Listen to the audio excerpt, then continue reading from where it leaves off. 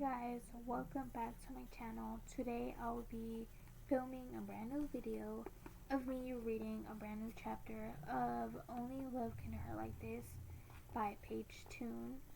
We're going to be reading chapter 5, page 49. And yeah, let's just get into this. So it says, Patrick, Peggy, and this is my daughter, Ren. Dad introduces us when we're safely in the belly of the storm shelter, the door closed behind us. The air is dense and stifling as it sounds as though a freight train is swooshing past over our heads. You wouldn't want to be claustrophobic. Thank you for having us, I say breathlessly as Patrick slides the latches across the door. He does this slowly with one hand because the other is secured in a cast and held in a sling. He nods at me stoically.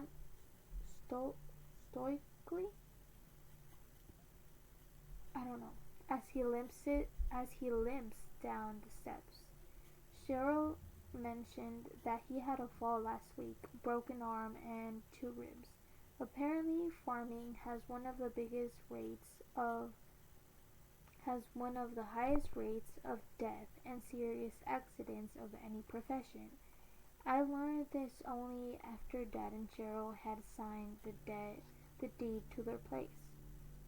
Patrick is tall and thin with Jonas coloring and broad facial features.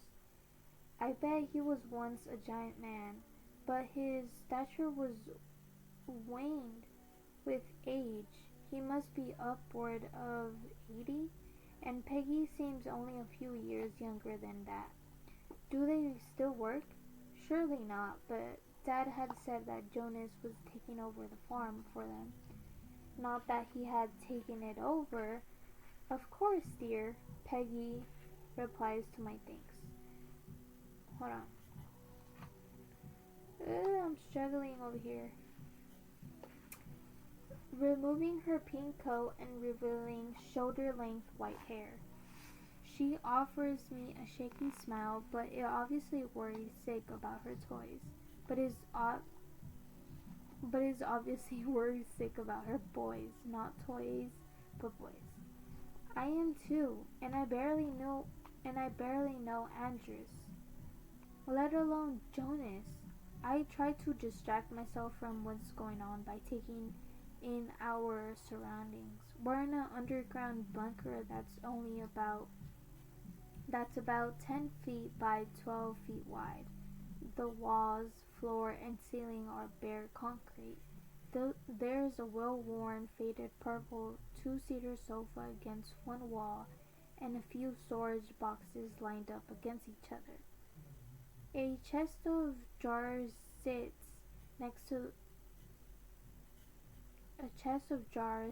to the right of the door. Peggy flips on a light in a smaller second room at the back becomes illuminated. This is some storm shelter, Cheryl says with amazement. She once told me about her family's tiny dark shelter in Oklahoma. It had no electricity and it leaked. And when her dad and older sister siphoned out the flood water one time, they found a snake in there. Dang. Our family's been here a long time, Peggy replies worriedly, getting a radio out of one of the storage containers and turning it on. We've seen our fair share of bad weather, and we've had time to make this more comfortable over the years. The boys used to play in here. She blanches, as though remembering that they're still outside. Would you like water? She asks us weakly, getting a few bottles out and handing one each to Cheryl and me. She nods toward the second room. There are 4 wooden chairs and a small table, on top of which is a stack of tatty-looking board games. The images faded and scratched, and the cardboard fraying at its edges. Dad remains with Patrick by the door. Patrick is muttering a reply to something Dad has said, but I gather he's not much of a talker. Has a tornado ever came right through the farm? I asked nervously as I opened my bottle. The shelter seems sturdy and safe enough, and it's clearly been built away from other structures to avoid being buried beneath rubble. That'll be why the door is at an angle too. Any debris that hits it will be more likely to just slide off. But what if the door is ripped clean away? What if we're all stuck in the eye of a storm? I can't believe Andres and Jonas are still out there. One tore its way through a couple of fields once. Peggy replies to my question, pulling out a couple of chairs at the table. Cheryl acknowledges the gesture by taking a seat. I remain standing, too fidgety to sit still. That wasn't a good year for us, Peggy continues, but the house stood. There's hoping the Fredrickson luck holds. Sudden thumping on the metal door sends my attention shooting in that direction. Patrick climbs the stairs surprisingly agilely and hastily unlocks the latches, pulling open the door to reveal a dirty-looking sky littered with flying debris. Jonas' face appears. Come on, son, Patrick shouts, dragging him inside. I look beyond him to see Andres, a rush of relief surging through me as he follows his brother inside and closes the door, sealing out the hissing wind. Jonas seems even taller and let me remember how to pronounce the word. Broader. There you go, broader. He seems, what? Jonas seems even taller and broader in the small space. He's soaked through his, wait, what? He's soaked through and his wet t-shirt clings to his skin, emphasizing all his grooves and contours. What the hell were you thinking? Patrick yells, suddenly making me jump. Andres is still at the top of the stairs, sliding the latches into place. Where were you? Patrick continues his tirade at his elder son. Hold on, let me make sure I didn't skip the page. Okay, no, we're good. I can't have you disappearing all the time, boy. Boy, he's like 37, and so much for my assumption that Patrick is not much of a talker. He may be an old guy, but he appears to still be very much like patriarch of his family. What does that mean? I don't know. Dad makes a speedy exit into the next room. I linger apprehensively off to the side of the door arc. We're here now, Pa. Jonas replies a bite to his tone. If it's a warning, Patrick hears it and heeds it because he leaves off, stalking past me to grumpily take a seat at the table. Andres comes down the stairs and turns toward the chest of drawers, pushing back his hood and unzipping his wet coat. He throws it toward a hook on the wall where it latches and hangs. Oh, Jonas says, noticing me. Hello. He sounds mildly surprised. Hi, I replied. I'm Ren. Hello, Ren. Andres looks over his shoulder and pins me with a hard stare, and in that moment I stop breathing. His face has been frustratingly shrouded in darkness since I saw him in the bar, but now I realize that my memory has not served me well. He's even more heart heart-rendingly gorgeous than I remember him. Tall and broad, with dark blonde hair shoved haphazardly away from his face. But now his sharp eyebrows are drawn into a dark skull, and his strong jaw is rigid with tension. I feel as though all the air has been sucked out of the room by the storm as he yanks open a drawer and gets out a towel before turning at the waist and hurling it at his brother.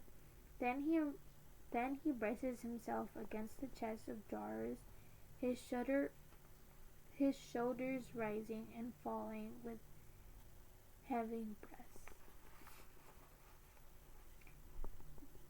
This is not the same man I met last night. This man is stone cold sober and utterly furious.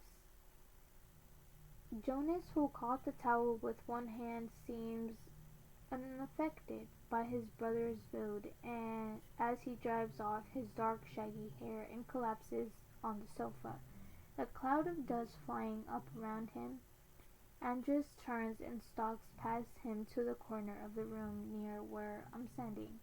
He doesn't acknowledge my presence or give any indication that he's pleased to see me again. If anything, it's the opposite. He slides his back down the wall until he's sitting with his legs drawn up, his wrists resting on his knees, his head falls back against the concrete wall, and his eyes stare straight ahead. Even from this angle, I can see the shadowing of his jaw as it clenches and unclenches. And that's when I realize that I might have got it wrong. I don't think he's angry, he's upset. Dad and the others at the table begin to talk, quietly and hesitantly at first, then gradually at a more normal volume.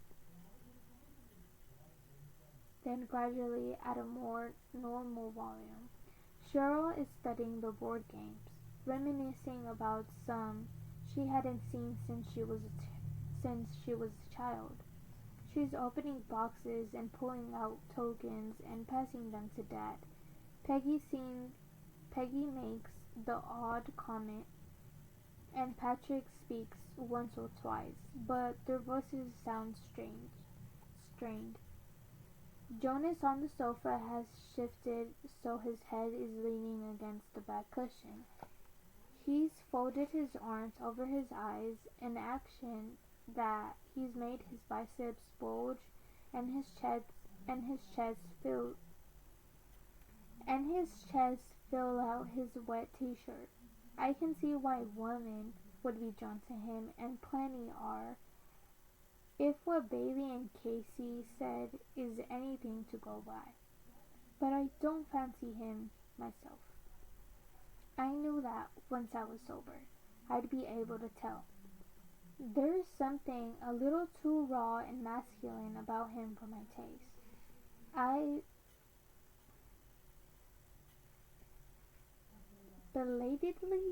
It belatedly occurs to me that I'm the only one wait, hold on. Oh, yeah. That I'm the only one standing. Dad doesn't ask if I'm okay. If Mom were here, I'm not sure she would either. Scott once speculated that their lack of care, which is what it sometimes feels like, is not actually because they don't care, but because they feel secure in the knowledge that I'm fine. They see me as a capsule and competent. Not a capsule, capable, and competent. The sort of person who gets on with things. They don't feel the need to check on me at every turn. Dad is different with Bailey. He always has been. But it's not much. Sorry, but it's not because she's less capable and competent. Because she very much is those things. Maybe it's because she welcomes him. Sorry, oh my god, my reading is so off. I haven't read out loud in so long.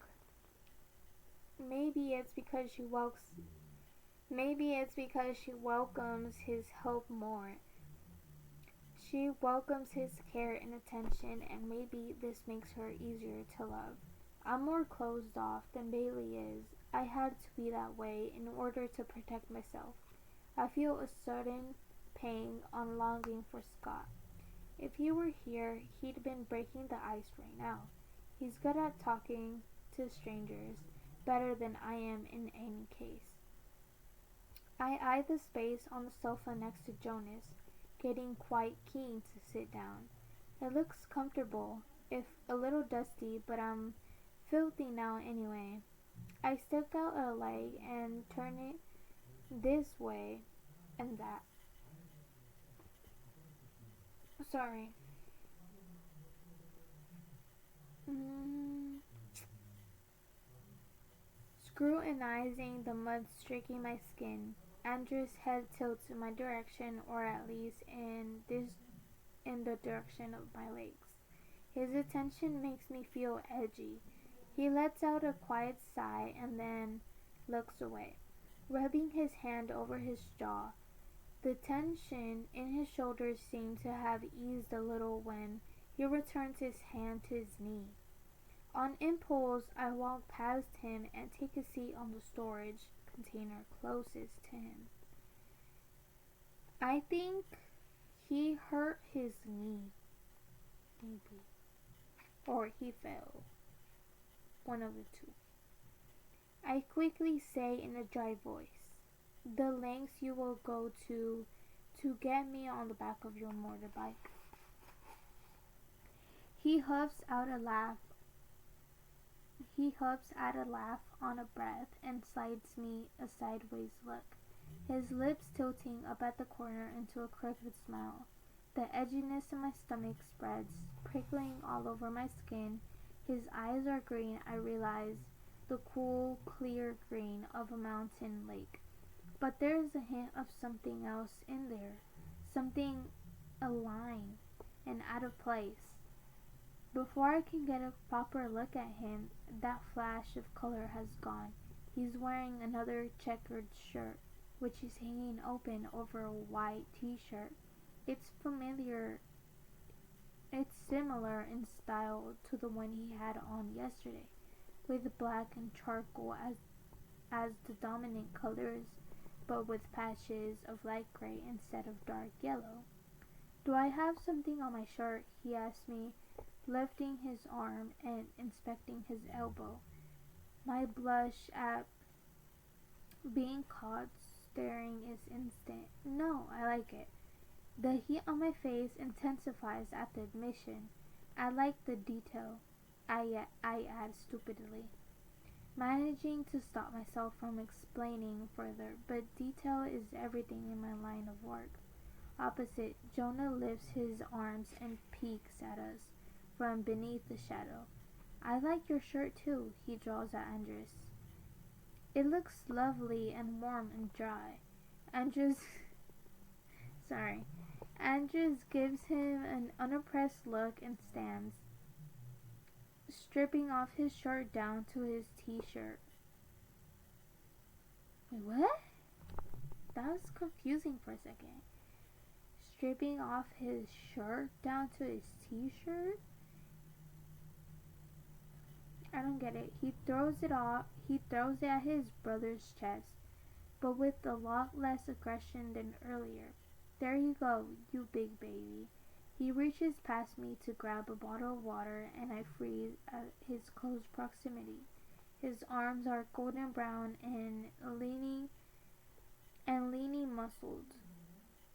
"Why, thank you," Jonas replies with a smirk, lazily getting to his feet and as Andres sits back down. He drags his sodden red t-shirt and over his chest, his hands hitting the ceiling above his head as he pulls it off.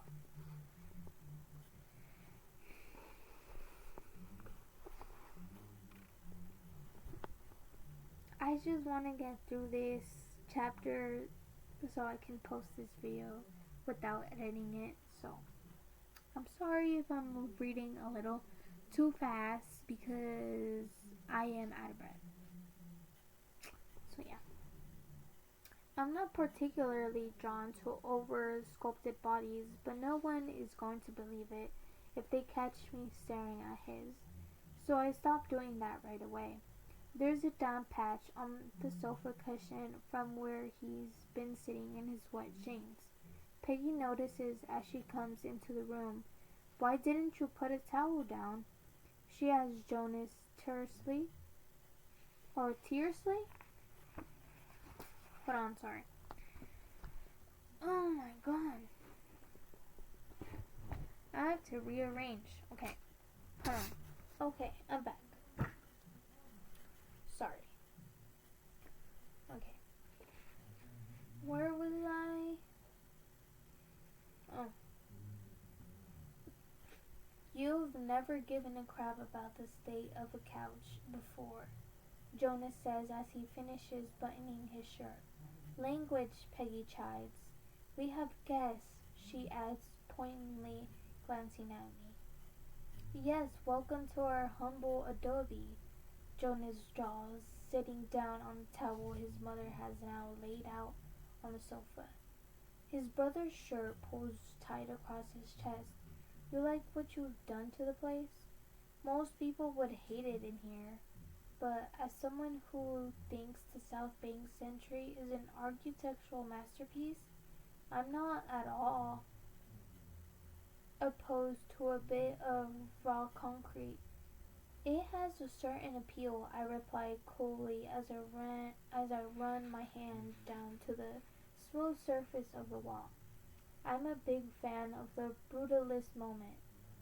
I'm not being entirely serious. I mean, I do like brutalist architecture, but I wouldn't go about claiming it in this context, so it gives me a buzz when Andrews laughs. I dart my eye I dart my eyes toward him, trying to catch his smile, and succeeding. His teeth are attractively imperfect, clean and white, but not dead straight. Scott had very little interest in art or architecture. I still remember suggesting we visit Tate Modern the morning after our first night together, and he pulled a face and booked us tickets to the London Eye instead.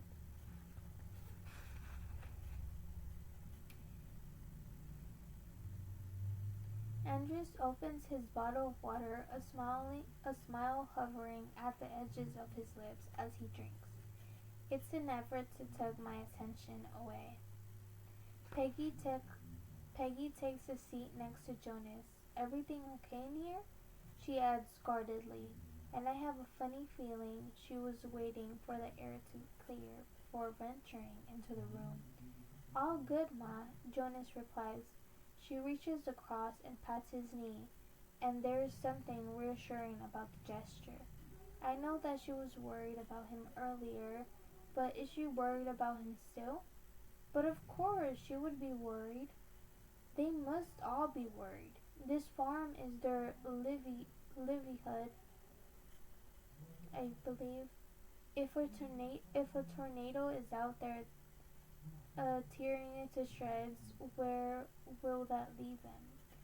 Ren is an architect, Peggy and Lyons, her sons, nodding at me, and I sense she is trying to take their minds off what's happening above ground. Is that so? Andrew sounds innocent as he flashes me a sly sideways look, raising an eyebrow and going along with his mother's attempts to lighten the mood. Have you two already met? Jonas asked suspiciously. I gave her a ride here, Andrews replies, stretching his long legs out in front of him and crossing them at the ankles. And you had time to talk? Jonas presses, not buying the explanation.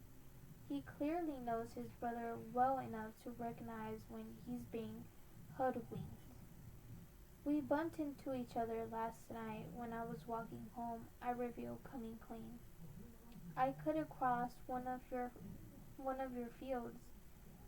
Scared the shit out of me and just grumbles. It was like something from Children of the Corn. Is that the end? No, we still got one more page and a half left to go. Laughter burst out of me. What are you doing, cutting through the fields? Jonas asked with a smile misfilled. I wasn't really aware that I was trespassing, sorry. He waves away my apology. It's just that people who go walking around the fields in these parts either own them or are escaping from penitentiaries. We all crack up at this. I won't do it again, I promise. You can walk wherever you like, Peggy says firmly. Can't she? She asks Jonas, not Andres. Fine by me, Jonas replies. Andres gets to his feet and picks up the radio from beside me, turning down the volume and croaking his ear to the door. How are things looking up there? Peggy wonders. I think the sirens stopped. He replaces the radio and heads up the stairs. Winds died down too. He unbolts the door and cracks it open while I sit up straighter. I think we're good. He opens the door fully and climbs out. Jonas hunches over and claps his hands between his knees. His earlier smile nowhere to be seen. Peggy quickly says something to him. Her expression, I've never heard of that word. Fretful, I believe, as the others around the table get to their feet. Peggy and Jonas make no move to stand, so I'm the next to head upstairs after Andres. House is still there, I know with relief. Andres nods seriously, turning to survey the barn's roof. It looks intact from this angle. There's trees debris scattered around the place, but that's the only sign of high winds. If a tornado touched down, it doesn't appear to have come through here. Patrick emerges from the shelter next, his expression dark. Yeah. I'm going to check for damage, Andres tells him. Patrick responds with an abrupt nod. You want to ride home first? Andres asks, looking at me directly. My heart skips a beat as I realize that the strange flash of color I caught a glimpse of earlier is a defect in his right eye. A tiny splodge of orangey brown just at the bottom left of his iris? I don't know. Or you could walk, he adds, scratching his eyebrow. I jolt to my senses, realizing I've taken too long to accept. Yeah, you won't be getting me on that thing again anytime soon. His lip curls upward into a smirk. Alright then, Ren. Guess I'll be seeing you. I'm distracted by Dad and Cheryl emerging from the shelter, loudly expressing their relief at being back out in the open. When I return my gaze to Andres, he's already walking away. The sight has an uncanny knack of stealing my butterflies. Not stealing, but like when you're still, like stealing. I don't know. But what's it called? Since I don't know what she meant by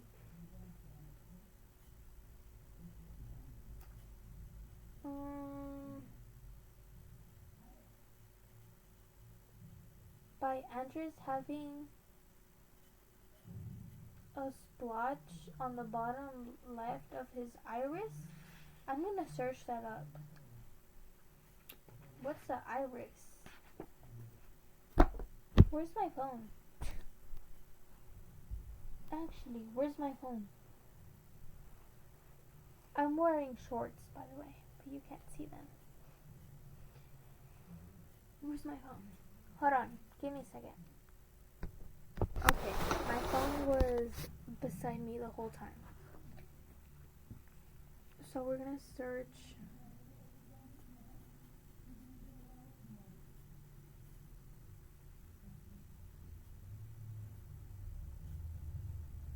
Oh, iris, the eye.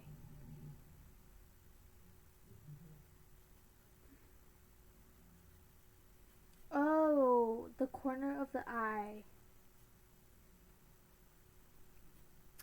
Hold on. The color of your iris is unique, just like your fingernail. Okay.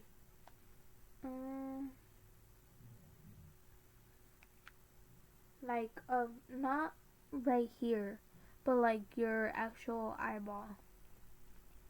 Cause I have a splotchy colored thing. I don't know if you guys can see it, but you guys kind of can. Like right there. Look, you guys can kind of see it. Look, I have one. So I was like, is she talking about me? I'm sorry. I look so creepy. But yeah, that was the end of chapter 5. I really liked it. I didn't think a tornado was gonna happen at all. But, I mean, it can happen in any book. And, like, you know, like, especially if she's out of the state or in a different country or whatever it may be, she doesn't know what the weather is there. So, obviously, anything can occur then, while she's there or when she's leaving. But hopefully nothing happens when she leaves, like any bad weather or stuff like that, you know? And also physical.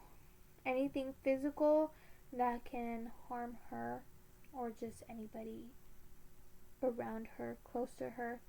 But yeah. So like I said, that was the end of chapter 5. Chapter 5, right?